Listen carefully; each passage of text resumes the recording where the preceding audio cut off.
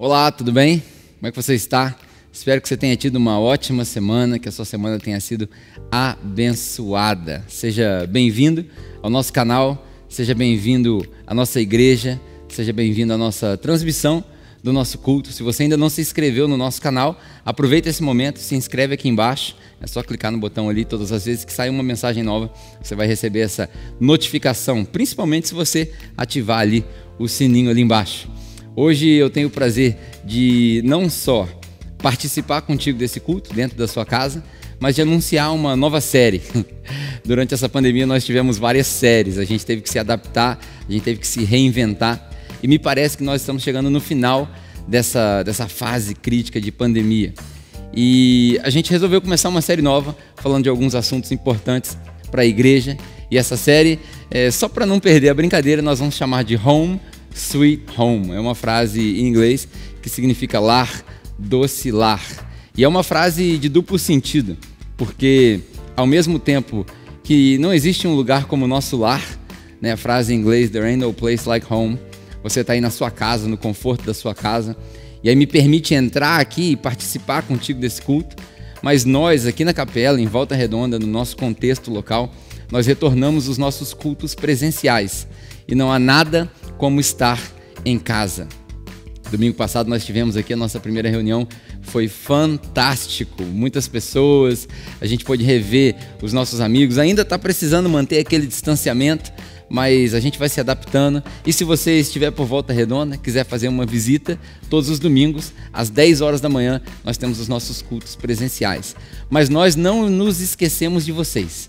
Você que está me assistindo do outro lado, talvez você esteja assistindo num celular, ou talvez você está só ouvindo no podcast da Capela, nós não nos esquecemos de vocês. Vocês fazem parte da nossa família e nós queremos, com todo o nosso carinho, com o máximo de esforço que nós pudermos fazer, cuidar de você também, através dessas mensagens. E nós preparamos um contexto todo especial para esse retorno.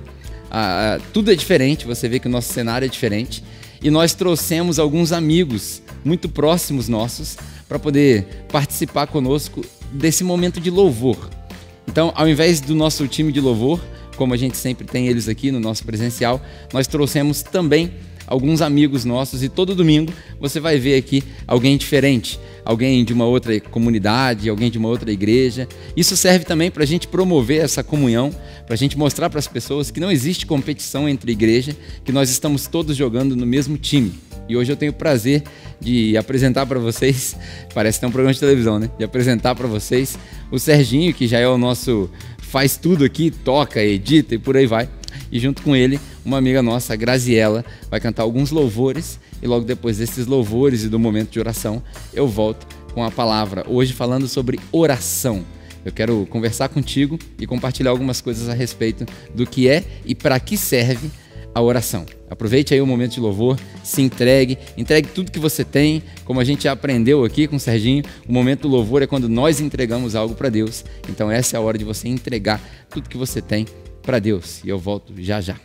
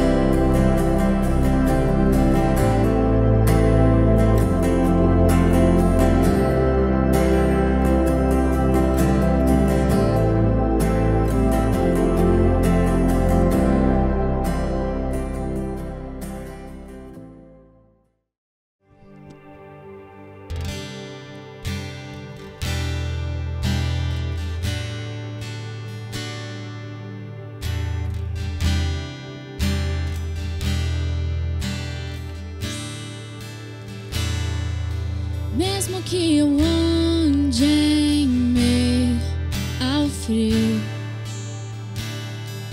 mesmo que eu vá correndo sem direção,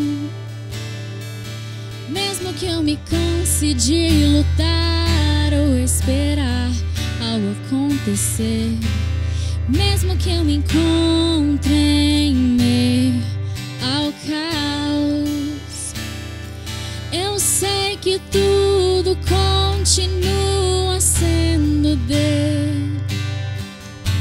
Eu sei que posso sempre andar com ele. Eu sei que teu amor é duradouro e é para sempre. Eu sei que teu amor é pra mim.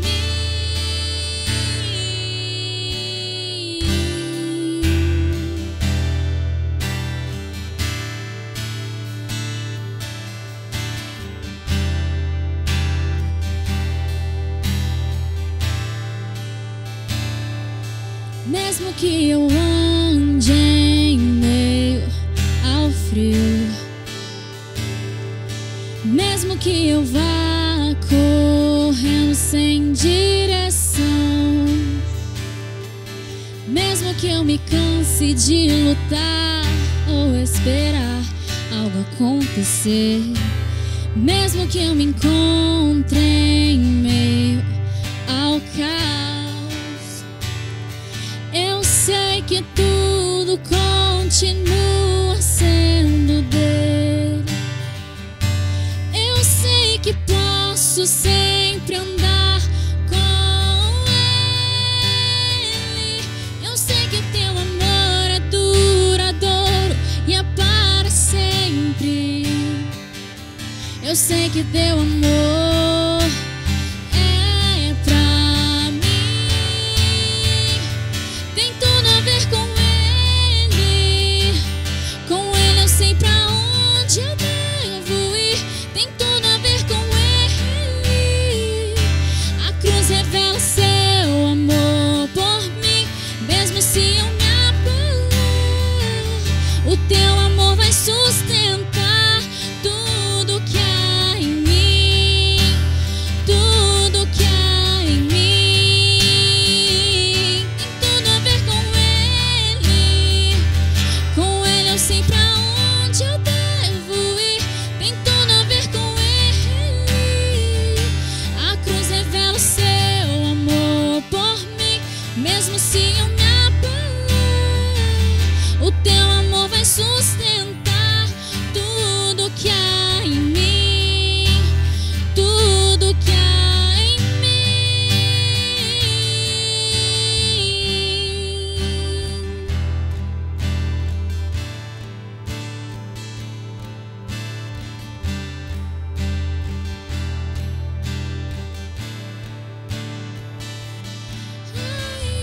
Ainda que os montes se movam, ainda que as colinas sumam, o teu amor por mim permanecerá.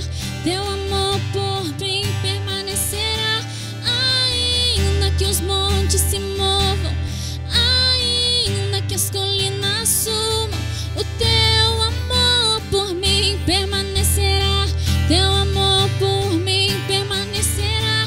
Ainda que os montes se movam, ainda que as colinas sumam, o teu amor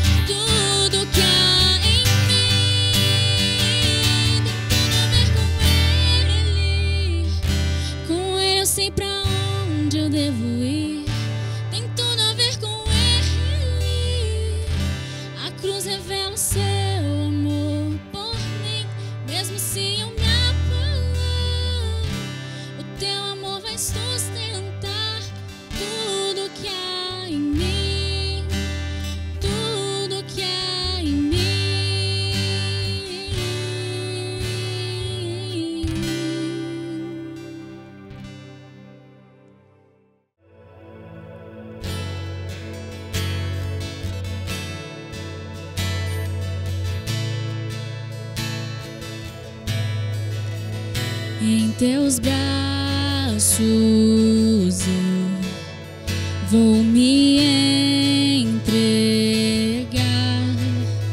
Os meus medos eu deixo aos pés do altar. Todos os planos meus hoje eu entrego a ti. Toma o teu lugar, tu és bem-vindo aqui. Vem sobre nós, manda tua chuva nesse lugar. Em tua presença vou me derramar e declarar que és santo Deus. O som do céu vamos ouvir, sopra teu vento suave hoje aqui. Eu vou declarar o único nome que salva, Jesus.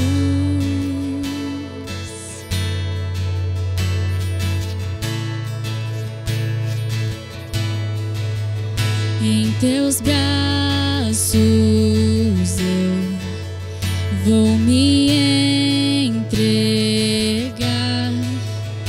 Os meus medos eu deixo aos pés do altar.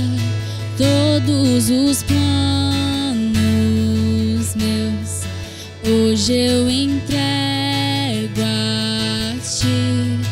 Toma o teu lugar, tu és bem-vindo aqui. Vem sobre nós, manda tua chuva nesse lugar. Em tua presença vou me derramar e declarar que és santo Deus. O som do céu vamos ouvir, sopra teu vento suave hoje aqui. Eu vou declarar o único nome que salva, o nome de Jesus, o nome de Jesus, o nome de Jesus, o nome de Jesus,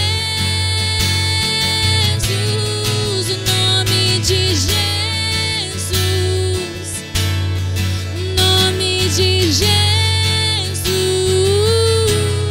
o nome de Jesus,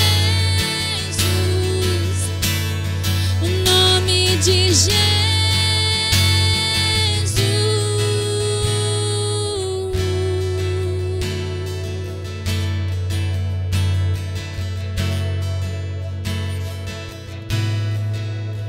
Em teus braços eu vou me entregar. Os meus medos eu deixo aos pés do altar. Todos os planos meus hoje eu entrego a ti. Toma o teu lugar, tu és bem-vindo aqui. Vem sobre nós, manda tua chuva nesse lugar. Em tua presença vou me derramar e declarar que és santo Deus. O som do céu vamos ouvir, sopra teu vento suave hoje aqui. Eu vou declarar o único nome que salva,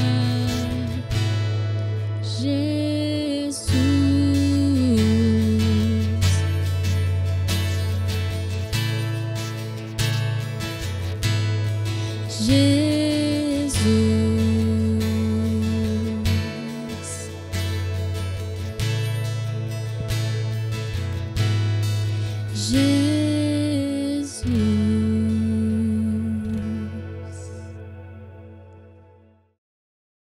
isso, muito bom. Espero que você tenha tido um ótimo momento de oração, um bom momento de louvor. Espero que você tenha sido abençoado por essa voz maravilhosa que a Grazi tem. É um prazer para nós, um privilégio tê-la aqui. Obrigado, Grazi, por ter participado conosco. Espero que você volte mais vezes para nos agraciar com esse dom.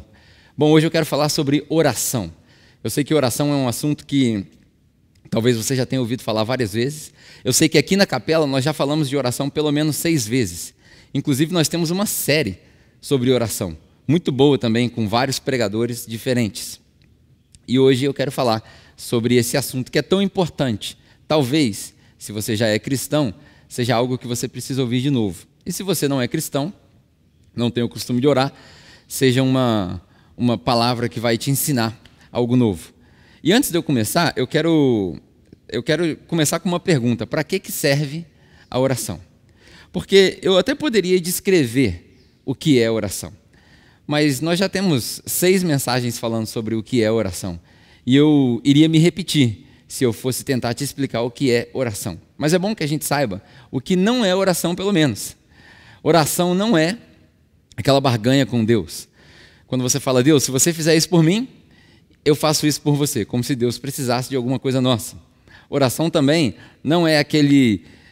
Sabe quando você empresta dinheiro para alguém, por exemplo, e aquela pessoa demora para pagar, aí você faz aquela, entre aspas, oração. Deus, tira o sono dele. Isso não é oração. Isso é, no máximo, um voodoo. A gente desejando mal para as pessoas, isso não é oração. Oração não é uma barganha, oração é uma conversa. Oração é uma conversa onde você fala, mas você também escuta. Eu me lembro que quando eu estava lendo a respeito de oração para essa mensagem, pesquisando alguns textos, eu vi um texto em João 17 que me chamou muito a atenção, não pelo texto em si, mas um pedacinho do texto me chamou a atenção, porque lendo eu vi que estava escrito assim, Jesus se retirou e foi orar e ele disse. Ou seja, Jesus entendia que era uma conversa, ele conversava com Deus, e Deus falava com ele, e ele ouvia, e ele falava, e assim vai. Então, oração é uma conversa, oração é um diálogo. Eu gosto de dizer que oração é mais ouvir do que dizer. Oração é mais pensar e refletir do que dizer. Oração não é só pedir. Parece que a gente tem uma lista de pedidos, né? Quando a gente vai falar com Deus, e a gente apresenta aquela lista de pedidos. E é interessante a gente ver que Jesus, quando num dos seus sermões mais famosos, o Sermão da Montanha, ele ensina para nós que essa lista de pedidos não funciona com Deus. Porque ele fala, não se preocupa com o que você vai vestir, comer, beber, porque essas coisas os pagãos se preocupam. Na verdade, você deve se preocupar com o reino de Deus e com a justiça do reino de Deus. E o resto dessas coisas vão sendo acrescentadas aos poucos. Então Jesus nos ensinou a orar também indiretamente, quando ele diz para a gente não se preocupar. E eu aprendi uma coisa muito interessante, que quando eu compartilhei essa mensagem de manhã, muita gente deu tela azul, né? Tum! Aquela tela azul assim, não entendi. O que eu aprendi ao longo do tempo com oração? Depois de ver muitas pessoas não terem as suas orações respondidas. Aliás, graças a Deus que ele não respondeu as suas orações. Porque se Deus tivesse respondido todas as minhas orações, eu provavelmente não estaria aqui. Talvez seja assim com você também. Se Deus tivesse respondido todas as suas orações, talvez você não estivesse aqui, adorando Ele. E eu aprendi algumas coisas sobre oração, mas uma das coisas que eu aprendi é que oração não move Deus. A gente aprendeu na igreja que a nossa oração é a gasolina de Deus. E aí, quando a gente ora com fé, com poder, Deus se move, Deus faz milagre. Como que se Deus estivesse esperando as nossas ordens para poder entrar em ação. Deus é onipotente, Deus não precisa do nosso pedido para agir. Deus é onipresente e onisciente. De manhã eu expliquei aqui o que significa onipresença, onipotência e onisciência. E para muitas pessoas isso pode ser novo. A gente aprende na igreja, porque a gente aprende na escola bíblica dominical para criança, que onipotência é poder todas as coisas. Não, onipotência isso não é onipotência, isso é soberania. Quem é soberano pode fazer o que quiser, que também é uma característica de Deus. Mas onipotência é tudo que se pode ser feito está nele. Não tem nada fora dele. E aí eu expliquei também sobre onipresença e onisciência nesse mesmo parâmetro, né? Onisciência não é saber tudo. Isso aí é ser muito sábio. Onisciência é tudo que há para ser sabido na história da humanidade está nele, vem dele. E onipresença não é estar em todos os lugares, é todos os lugares que se pode estar, estão nele.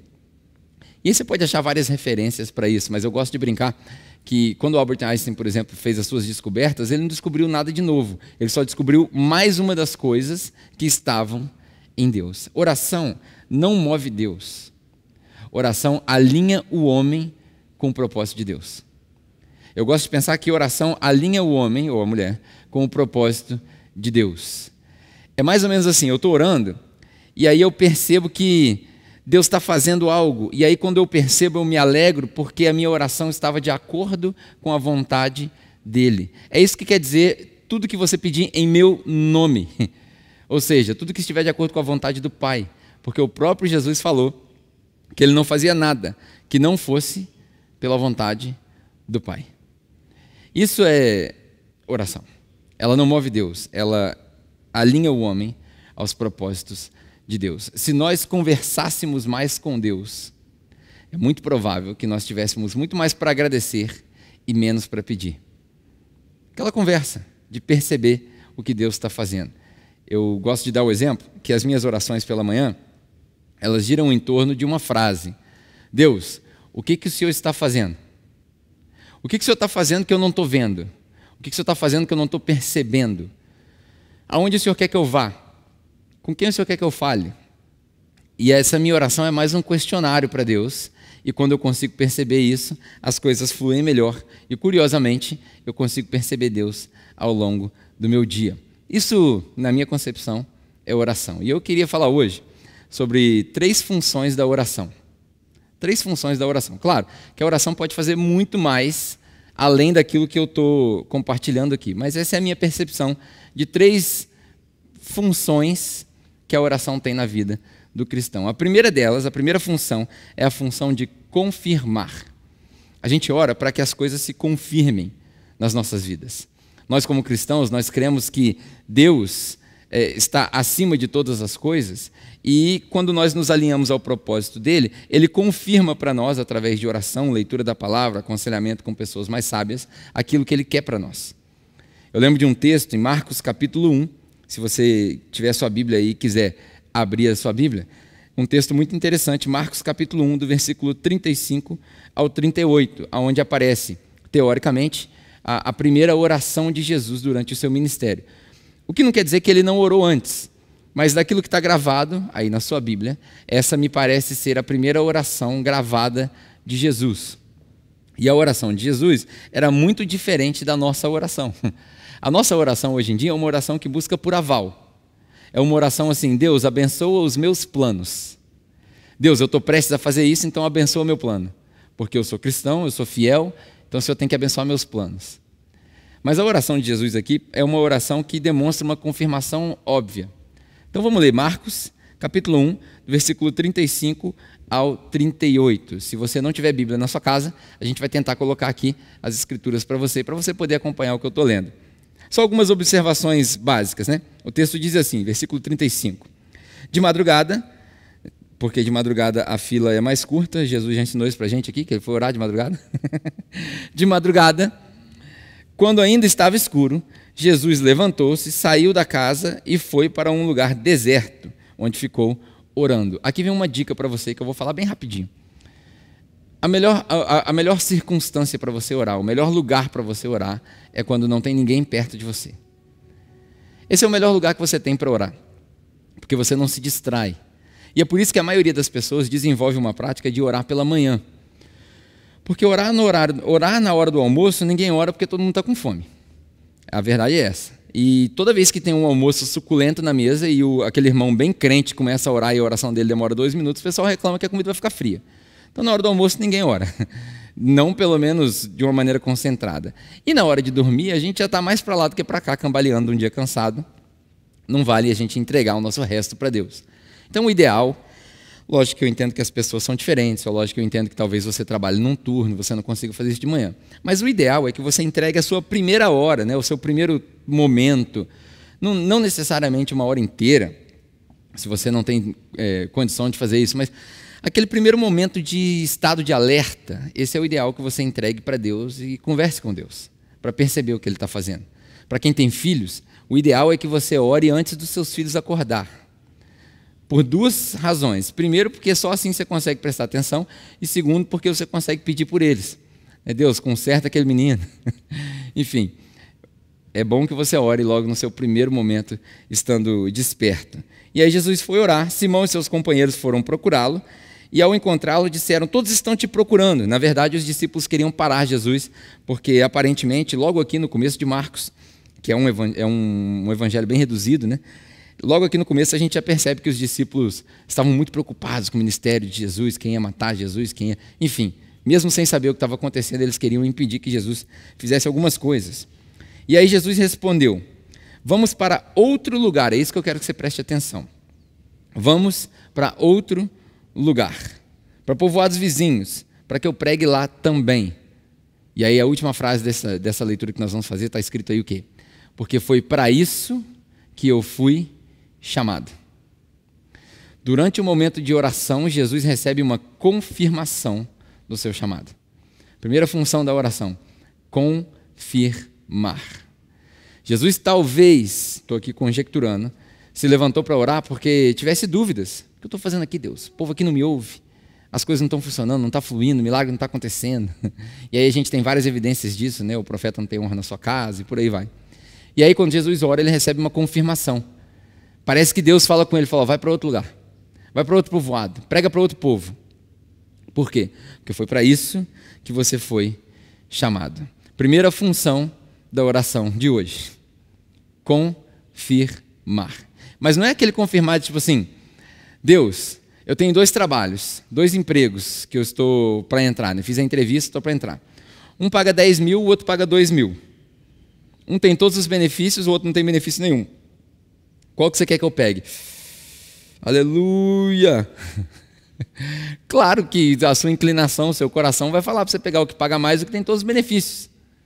Ninguém em sã consciência vai pegar o outro trabalho, a menos que essa pessoa tenha o Espírito, tenha a consciência, ore e Deus fale claramente para ele, eu tenho um propósito para você lá. Então você vai lá, para outro lugar. Aí a pessoa vai. Foi assim que aconteceu com Paulo várias vezes. Paulo queria ir para um determinado lugar e aí o Espírito falava para ele ir para outro lugar. Primeira função da oração, confirmar. Segunda coisa que a oração faz por nós, a segunda função da oração de hoje é confrontar. Confrontar. A oração confirma e a oração confronta. Se você está assistindo essa mensagem no YouTube, é muito provável que você já seja crente, que você já participe de alguma igreja, estivesse aí pulando por canais no YouTube, procurando mensagens e caiu na nossa, ou você já faz parte da capela. Mas se por um acaso você tropeçou nessa mensagem e não é crente e está ouvindo essa mensagem, até agora, continua ouvindo até o final, porque vai te fazer bem. Tem um episódio na Bíblia que é muito comum, e os crentes todos decoraram esse versículo, que é quando Paulo, o apóstolo que escreveu a maior parte do Novo Testamento, ele fala uma frase que ficou gravada nas nossas consciências como uma frase de efeito. A minha graça te basta.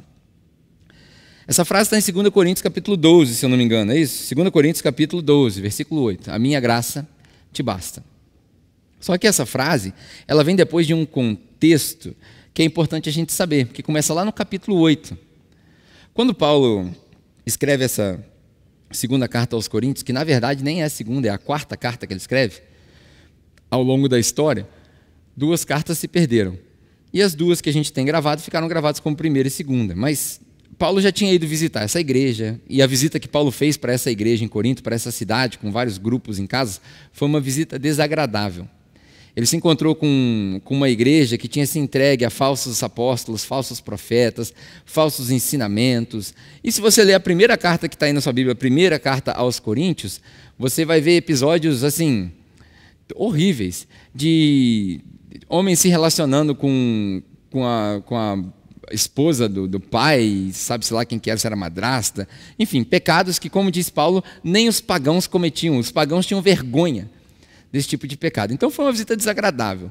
E aí Paulo, nos primeiros 7 capítulos dessa segunda carta, ele repete alguns dos pecados que ele tenta confrontar e tenta corrigir a igreja.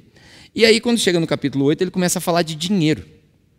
Paulo fala de dinheiro para essa igreja, por quê? Porque ele tinha se programado para sair de onde ele estava, em direção a Jerusalém, onde ficava a igreja-mãe, né, a igreja dos apóstolos. E, aparentemente, estava rolando uma fome na cidade de Jerusalém, na região de Jerusalém, e ele ia levar uma oferta em dinheiro para os irmãos daquela igreja, para que eles pudessem ter sustento. E aí Paulo, ao longo da sua viagem, falou, vou pegar dinheiro com vocês, as pessoas que se voluntariaram. E aí no capítulo 8, ele conta a história de um povo numa cidade chamada Macedônia. Nessa cidade de Macedônia, os que ali moravam, que faziam parte da igreja, tinham pedido para Paulo, na verdade implorado para Paulo, para poder participar desse momento de oferta. Só que eles estavam passando um momento muito difícil, eles estavam na miséria. Alguns tinham perdido suas casas, outros tinham perdido seus bens. Se fosse no dia de hoje, tinha gente com nome no SPC, no Serasa, devendo, gente com juros de cheque especial. Enfim, os caras estavam apertados, muito apertados, muito apertados. E aí eles falam, mas nós queremos participar disso daí, porque é um privilégio para nós. E aí no capítulo 8 ele conta a história desse povo. E aí ele fala que no capítulo 8 o povo de Corinto, né, me coloquei lá na cidade de Corinto, ele falou, então vocês falaram que iam participar também. E eu acabei falando para a galera da Macedônia que vocês iam participar. E como vocês são uma igreja rica, eu falei para eles que vocês iam bater vamos usar a linguagem de negócio, vocês vão bater a meta dos macedônios. Se os caras falaram que ia dar 10 mil, vocês vão dar 20 mil. E vocês concordaram. Então, o que vocês fazem? Prepara a oferta aí que eu estou chegando. Mas não deixa eu chegar aí, você está de mão vazia não. Porque se vocês estiverem de mão vazia, vocês vão fazer eu passar vergonha. Porque a galera da Macedônia está vindo comigo. E eu, eu babei mó ovo de vocês. Então, faz favor, prepara a oferta direito aí.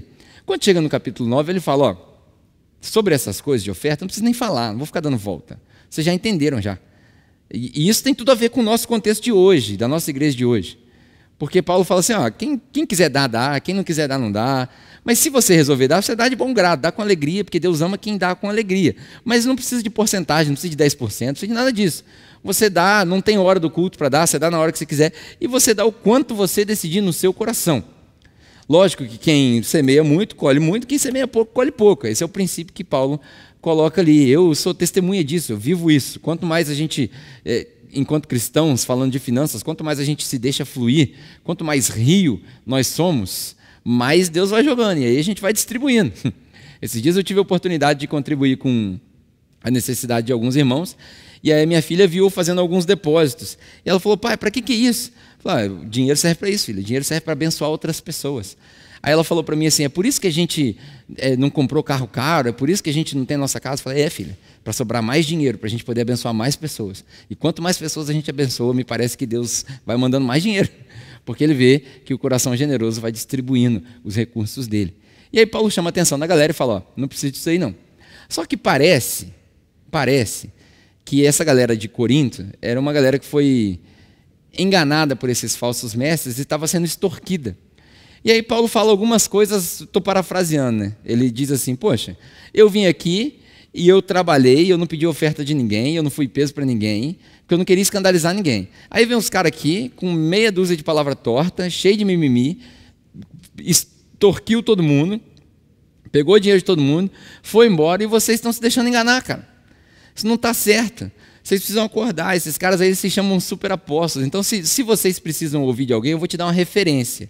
Aí no capítulo 10, Paulo começa a referência. E aí, basicamente, capítulo 10 e 11, ele vai dar o currículo dele. Ele fala sobre os momentos que ele foi chicoteado, apedrejado, que ele precisou fugir, que ele desceu por uma corda no bungee jump mais louco da história, porque não tinha elástico, então amarraram a corda nele, jogaram ele por um buraco dentro de um cesto. Imagina que aquele cesto saiu capotando, ele caiu, saiu para o meio do mato.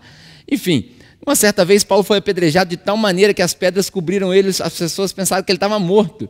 E ele teve que ter sido arrastado pelas pessoas, e aí recuperou o fôlego. Quando recuperou o fôlego, ele falou, agora vamos embora continuar a missão, porque isso aí é uma bênção, poder apanhar pelo Evangelho. Numa outra oportunidade, Paulo escreve para outras igrejas dizendo: eu quero que vocês saibam que a razão de eu ter sido aprisionado é para o próprio Evangelho, porque agora toda a guarda do Império Romano sabe a respeito de Jesus.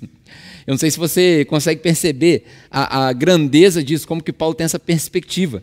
Porque quando ele diz isso, Paulo estava acorrentado a um soldado romano a cada 6 horas. A cada vigília, a cada 2 vigílias, eles trocavam de turno. E aparentemente, a guarda dos soldados romanos tinha naquela época, naquela região onde Paulo estava, 3.000 soldados. Ou seja, todos esses soldados passaram pelo lado de Paulo, acorrentados a Paulo, e Paulo, na primeira oportunidade, fazia o quê? Compartilhava o evangelho com os caras.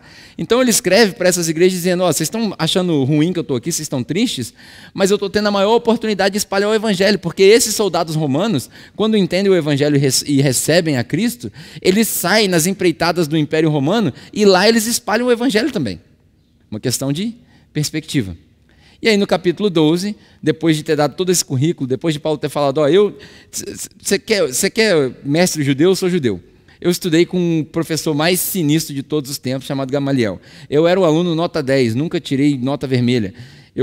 Na escola do cara eu era sinistro. Se for para falar de religião, eu não tenho um pecado. Você acredita que Paulo tinha a ousadia de bater no peito e falar assim: eu não tenho um pecado? Olha que loucura. Paulo era tão zeloso pela lei que ele tinha certeza que, de acordo com a lei, ele não tinha nenhum pecado. Logo depois ele vai escrever Romanos e dizer que não tem nenhum justo, né? Paulo precisou passar por uma transformação, uma metanoia, literalmente. Mas aí Paulo dá o currículo dele, e no meio do currículo ele fala: eu estou falando para vocês como um louco, é para vocês entenderem. Eu sou judeu, eu sou da tribo, mas enfim, eu sou o cara. E aí, para melhorar ainda mais o meu currículo, a maioria das pessoas que vocês estão ouvindo aí, esses super apóstolos, eles nunca viram nem os apóstolos de Jesus. Eu vi o próprio Cristo. Aí ele conta a história de um cara, ele fala na terceira pessoa, mas ele está falando dele mesmo. Ele fala: eu conheço um cara que foi no céu. Se ele estava dormindo ou acordado, não sei, mas ele foi no céu. E aí ele fala: eu tive uma visão de coisas que não se pode escrever, não se pode falar, é fantástico. Eu vi o próprio Jesus. Eu recebi o evangelho da boca de Jesus. E eu confirmei esse evangelho com os apóstolos. Eu fui atrás deles lá em Jerusalém, eu demorei 14 anos para começar a pregar o evangelho, que era para ter certeza de que eu estava falando era certo. E aí, para prevenir a minha soberba, Deus me deu um espinho na carne. Um mensageiro do Satanás, demônio, veio me atazanar, veio me perturbar. Para quê? Para que a soberba não me suba a cabeça. E aí que chega o texto que a gente está falando, 2 Coríntios 12, 8.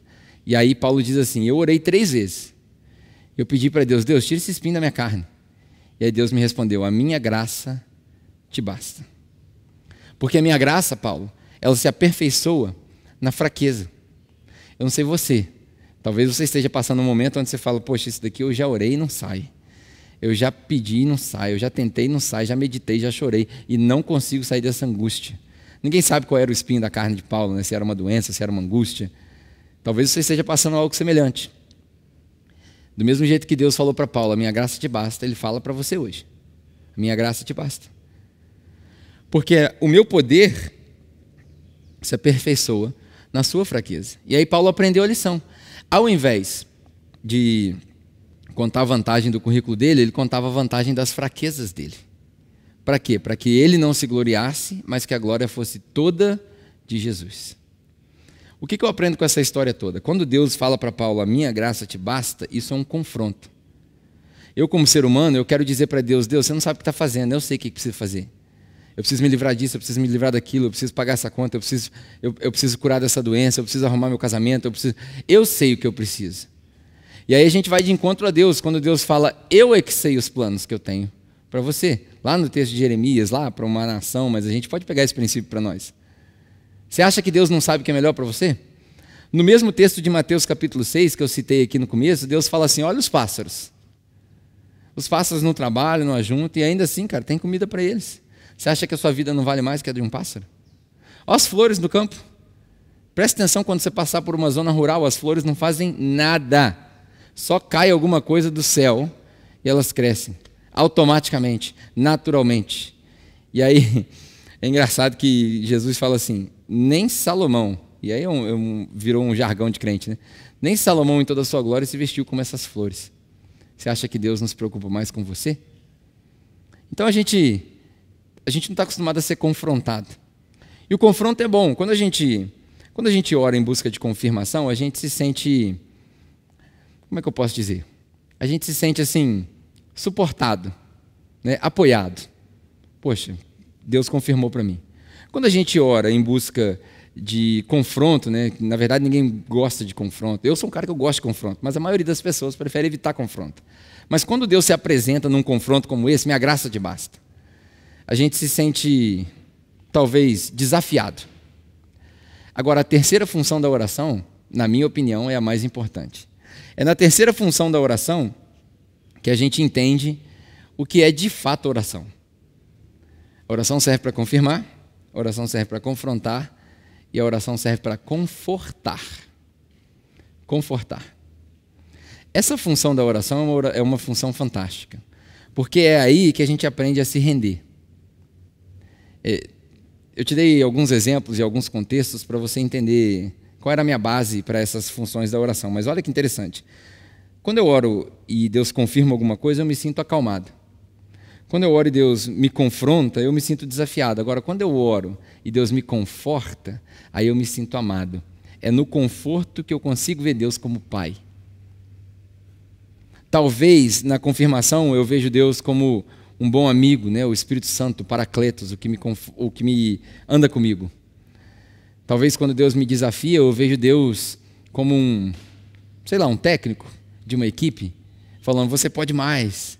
É um desafio, tem mais dentro de você. Eu não te dou peso que você não consegue carregar. Seja bem-aventurado quando passares por tribulação. Talvez Deus nos desafie assim. Agora, quando Deus conforta nos momentos mais pesados, talvez nos momentos de luto, nos momentos complicados da vida, depressão, perdas, aí a gente se sente amado. É aí que a gente sente o colo do Pai. E aí talvez você nem tenha tido uma figura paterna legal e tenha dificuldade de ver Deus como Pai, né? Mas eu quero que você pense assim, Deus como aquela figura que te acolhe, que te recebe, que te ama incondicionalmente. Que nada que você faça vai fazer com que Deus te ame menos, nem nada que você faça vai fazer com que Deus te ame mais. Esse é o Deus que conforta. Eu tenho um exemplo dessa oração que é fantástica. Quando Jesus fez sua última oração. Na história da crucificação, não sei se você sabe, a história da crucificação, quando lida em Lucas, capítulo 22, 23, ela se passa mais ou menos assim. Jesus, depois de ter sido julgado e depois de ter sido condenado, o imperador soltou Barrabás e resolveu condenar Jesus por causa da multidão. Lavou suas mãos e aí segue a sentença. Jesus é ordenado a caminhar por um caminho chamado, curiosamente, Via Dolorosa. E aí ele passa por essa via dolorosa e de tão cansado, depois de todas as chicotadas, de tão esgotado fisicamente, emocionalmente, espiritualmente, Jesus não consegue nem carregar a sua cruz, que na verdade era um pedaço de madeira. Eles carregavam só o toco da madeira e lá no monte eles encaixavam a cruz. E aí os guardas chamam um transeunte, e aí a história conta que o nome dele era Simeão ou Simão, dependendo da sua tradução, e fala, você carrega a cruz dele. Que é basicamente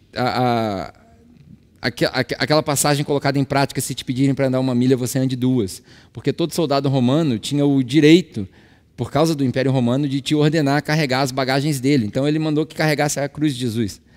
E aí, como ele era um cidadão, ele precisava obedecer, ele carrega a cruz de Jesus. E aí quando chega no monte, eles colocam Jesus, batem os pregos nas suas mãos, os pregos nos pés, levantam a cruz, e ali eles humilham Jesus.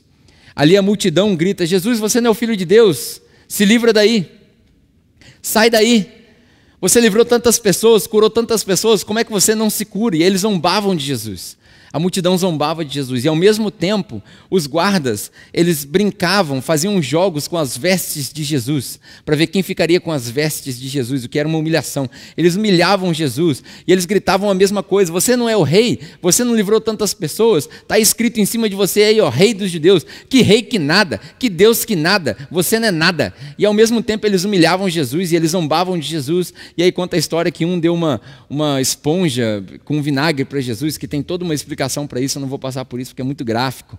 E aí vem a lança no lado de Jesus, Jesus sofrendo. E aí nesse contexto todo, Jesus faz a sua última oração. Numa conversa rápida ali, um dos ladrões que foi crucificado com ele, uma à sua esquerda e uma à sua direita, vira para ele e fala: você não é o Filho de Deus? Sai daí, livra você e livra a gente também. E aí Jesus fica quieto, mas ao mesmo tempo o outro ladrão, que alguns relatórios contam que se chamava Dimas, vira para esse outro ladrão, que não tem nome, e fala: cara, você é louco, como que você está falando para o cara que ele... zoando o cara, você está humilhando ele está aqui, mas ele é inocente, nós não, nós estamos aqui pela mesma razão, a gente merece estar aqui, mas ele não. E aí ele vira para Jesus e fala: Jesus, quando você entrar no seu reino, lembra de mim.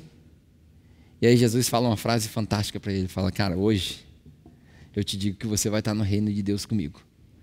Aquilo ali deve ter sido o maior conforto para aquele cara, porque depois de uma vida sem merecimento nenhum de salvação, ele experimenta a graça. A graça explica que a graça basta. Só isso. E ele fala: ainda hoje, porque você reconhece quem eu sou, você vai estar comigo no reino de Deus. Ou, eu digo para você, hoje eu digo para você que você vai estar comigo no reino de Deus, quando a hora chegar. Fantástico isso. E logo depois disso, Jesus faz essa oração que eu fiz menção em Lucas, no capítulo 23, quando ele olha para o alto, dá uma inspirada e diz: Deus, nas suas mãos eu entrego o meu espírito. Nas suas mãos eu entrego o meu espírito. E tendo dito isso, diz a palavra que ele respirou o seu último fôlego e morreu. Essa foi a última oração de Jesus. Uma oração de entrega, uma oração de rendição. Essa é a oração que a gente deve aprender a fazer. Eu não sei você já se rendeu a Jesus?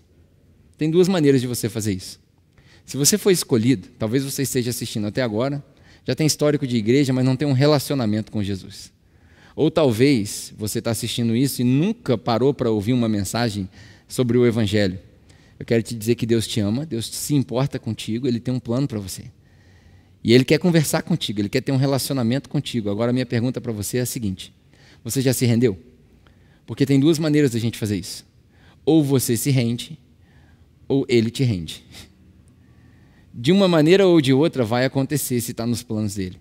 Só que quando você se rende é mais gostoso. Porque você reconhece, você não precisa passar por todo esse processo de dor. E hoje você tem a oportunidade de fazer isso. Se essa é a primeira vez que você se encontra com essa oportunidade de se render para Jesus, vai ser um prazer para nós poder te ajudar. A minha intenção é te ajudar a enxergar Jesus mais de perto. Se esse é você, de repente você queira se identificar, coloca aí nos comentários que essa é a primeira vez que você se rende a Jesus e a gente vai dar um jeito de te encaminhar uma Bíblia, de te colocar em contato com alguém, para que você possa começar essa caminhada, essa jornada e aprender mais dele. Talvez você se afastou de Jesus e hoje é o dia que você volta, hoje é o dia que você reconhece. Independente de qual é o caso, se você volta ou se você nunca esteve com Ele, saiba que Ele te ama e que a função ou as funções que a oração tem, todas nos fazem bem. Tanto para confirmar, para confrontar ou para confortar. Ele quer te confortar nesse tempo de pandemia, esse tempo de tanta perda, esse tempo de tanto sofrimento. Tenha certeza que Deus quer te confortar. Deus quer se apresentar para você. E nós queremos te ajudar a fazer isso. Como que a gente faz isso, Pedro? Bom, não tem oração mágica, mas o apóstolo Paulo diz, muito provavelmente tendo aprendido de Jesus, que a gente crê com o coração e confessa com a boca. E é por isso que a gente ora. Então, hoje, se você quiser fazer isso, aí na sua casa eu te convido a fazer uma oração singela. Uma oração que diz o seguinte: Deus, me perdoa por tudo que eu fiz de errado, sem saber, por aquilo que eu fiz de errado mesmo sabendo, e eu me rendo, eu me entrego, eu quero ser todo seu, eu quero viver uma vida com Jesus. O Senhor me aceita? Certamente, se você fizer essa pergunta para Deus, a resposta dele vai ser: claro, meu filho, claro, minha filha, eu te aceito como você está, eu te aceito como você é, porque fui eu que te criei. E essa oração, tendo sido feita, ela não vai mudar nada na sua vida. ela não é mágica, nem vai fazer você ganhar mais nada e nem perder nada. Essa oração só vai te dar uma segurança de que a partir desse momento você começa um relacionamento com Jesus. E como eu disse, nós queremos te ajudar. Se esse é o seu caso, assim que acabar essa mensagem, você vai ver alguns códigos aqui para a gente poder te conectar com Deus. No mais, essa foi a minha mensagem para hoje. Eu espero que tenha te abençoado. Eu espero que essa mensagem tenha te edificado. Eu espero que você aprenda a orar. A minha intenção não é só te ensinar a orar, mas te inspirar. E que depois dessa mensagem você desenvolva esse hábito de, pelas manhãs, realizar suas orações e conversar com Deus. Todas as semanas, a gente tem aqui os nossos encontros às 7 horas da noite, por enquanto, no nosso canal do YouTube. E se alguma coisa mudar, a gente te avisa. Tenha uma ótima semana, não desliga ainda, a gente tem alguns avisos. Tenha uma ótima semana, Deus te abençoe e até a próxima oportunidade, se Deus quiser. Bom, espero que você tenha aproveitado essa mensagem, espero que tenha te edificado, agregado valor para a sua vida. Se foi a primeira vez que você participou conosco, eu quero te encorajar a se envolver um pouco mais. O nosso objetivo é te acolher e fazer com que você se sinta em casa. E se você quiser participar um pouco mais dos nossos encontros e por aí vai, a gente tem algo que a gente chama de grupo de conexão, que na verdade é a igreja. São grupos pequenos, 5, 6, 10 pessoas às vezes, que se reúnem em volta dos nossos valores. Leitura da palavra, oração, comunhão, comer junto, se divertir, fazer amizade, né? E se você quiser participar, isso é bom, isso vai ser bom para você. E nós queremos te ajudar, eu quero te ajudar. Então o que você precisa fazer? Abre seu telefone aí no modo foto e escaneia esse código aqui, ó, que está aqui em cima da mesa. E aí esse código vai te levar para uma mensagem no WhatsApp, que vai falar comigo mesmo, não tenha vergonha, não fica com vergonha, pode mandar uma mensagem para mim. Eu vou responder sua mensagem o mais rápido possível e vou tentar te conectar com um outro grupo, para que esse grupo você possa desenvolver essa amizade e por aí vai. É muito bom que você participe. A gente tem grupo presencial e a gente tem grupo digital, porque tem gente do Brasil inteiro e do mundo inteiro, na verdade, que assiste a gente. Então você pode participar de qualquer lugar. É só acertar o fuso horário, né?